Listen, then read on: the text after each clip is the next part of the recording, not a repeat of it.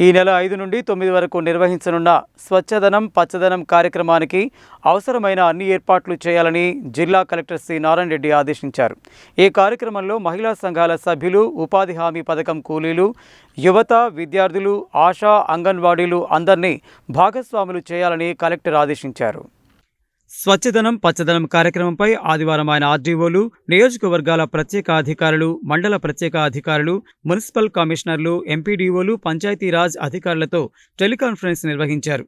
రాష్ట్ర ప్రభుత్వ ఆదేశాల మేరకు ఈ నెల 5 నుండి 9 వరకు జిల్లాలోని అన్ని గ్రామాలు, మున్సిపాలిటీలలో స్వచ్ఛదనం పచ్చదనం కార్యక్రమం నిర్వహించేందుకు ఇదివరకే ఆదేశాలు జారీ చేయడం జరిగిందని తెలిపారు. స్వచ్ఛదనం పచ్చదనం కార్యక్రమంలో చేపట్టాల్సిన కార్యక్రమాలపై జిల్లా కలెక్టర్ వివరిస్తూ పరిశుభ్రతలో భాగంగా మురికి కాలువలను శుభ్రం చేయాలని, మురికి కాలువల్లో పూడిక తీయాలని, పిచ్చి మొక్కలు తొలగించాలని చెప్పారు. మొక్కలు నాటే కార్యక్రమంలో భాగంగా చనిపోయిన మొక్కల స్థానంలో కొత్త మొక్కలు నాటడం, గుబురుగా పెరిగిన మొక్కలను కత్తిరించి అందంగా తీర్చిదిద్దడం, కొత్త మొక్కలను నాటే కార్యక్రమాలను చేయాలన్నారు. తాగునీరు, నీటి సంరక్షణ నిర్మాణాలలో భాగంగా గ్రామీణ ప్రాంతాల్లో ప్రతి 1000 మంది జనాభాకు ఒక కమ్యూనిటీ సోక్ పిట్, 10 వ్యక్తిగత సోక్ పిట్ల నిర్మాణం చేపట్టాలని, పట్టణ ప్రాంతాల్లో వార్డుకు 5 చొప్పున నిర్మించాలన్నారు.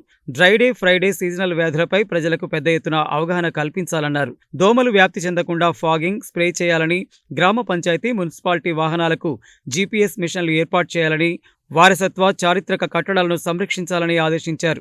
సోమవారం ప్రారంభించే ప్రారంభ కార్యక్రమానికి ఆయన నియోజకవర్గాలు, మండలాలు, గ్రామాలలో పార్లమెంటు సభ్యులు, శాసనమండలి సభ్యులు, శాసనసభ్యులు, ఇతర ప్రజా ప్రతినిధులందరినీ ఆహ్వానించాలని, ఏర్పాట్లన్నీ ఆదివారమే పూర్తి చేయాలని, ప్రత్యేకించి నియోజకవర్గ నోడల్ అధికారులు, మండలాల ప్రత్యేక అధికారులు ఈ విషయంపై ప్రత్యేక దృష్టి కేంద్రీకరించాలని అన్నారు. కార్యక్రమం ప్రారంభం సందర్భంగా స్వచ్ఛదనం పచ్చదనం ప్రాముఖ్యతను ప్రజలకు వివరించాలని చెప్పారు.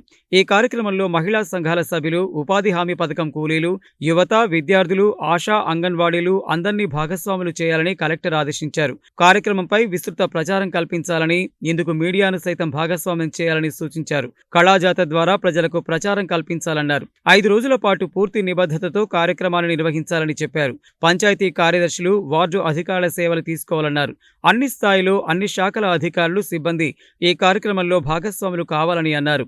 స్థానిక సంస్థల అదనపు కలెక్టర్ టి పూర్ణచంద్ర, అదనపు కలెక్టర్ జె శ్రీనివాస్, నియోజకవర్గాల ప్రత్యేక అధికారులు, ఆర్డీఓలు తదితరులు ఈ టెలికాన్ఫరెన్స్ లో మాట్లాడారు.